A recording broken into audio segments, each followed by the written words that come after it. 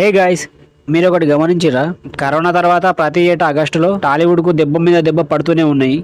ఒక్కొక్కసారి డబ్బుల్ షాకులు కూడా తగులుతున్నాయి. అసలు ఈ దెబ్బ మీద దెబ్బ ఏంటి, డబ్బుల్ షాకులు ఏంటి తెలుసుకోవాలంటే ఫస్ట్ అయితే మీరు ఈ వీడియోకి లైక్ చేయండి అండ్ కింద సబ్స్క్రైబ్ బటన్ పైన క్లిక్ చేసి పక్కన ఉన్న బెల్ ఐకాన్ కూడా యాక్టివేట్ చేసుకోండి.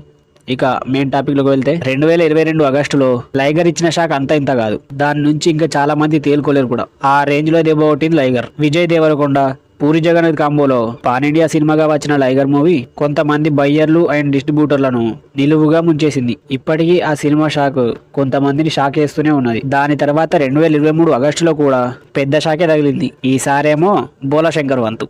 చిరంజీవి గారు హీరోగా నటించిన ఈ సినిమా ఎవ్వరు ఊహించినట్టు ఫ్లాప్ అయిపోయింది. ఇంకా చెప్పాలంటే చిరంజీవి గారి ఇమేజ్కే మచ్చ తెచ్చేలా డ్యామేజ్ చేసింది బోలాశంకర్. ఇది ఏ రేంజ్ ఫ్లాప్ అంటే నిర్మాత తన ఆస్తులు కూడా అమ్ముకున్నాడనే ప్రచారం కూడా జరిగింది. తర్వాత దాన్ని ప్రొడ్యూసర్ ఖండించారు.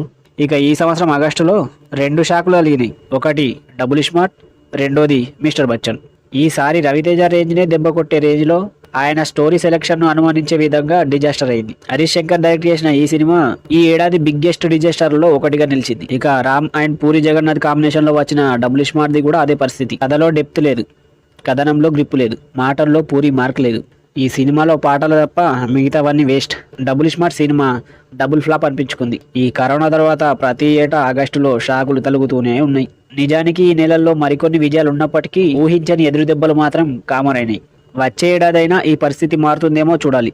That's it guys. ఈ వీడియో కనుక నచ్చితే లైక్ చేయండి అండ్ కింద ఉన్న సబ్స్క్రైబ్ బటన్ పైన క్లిక్ చేసి పక్కన ఉన్న బెల్ ఐకాన్ కూడా యాక్టివేట్ చేసుకోండి. Thank you for watching.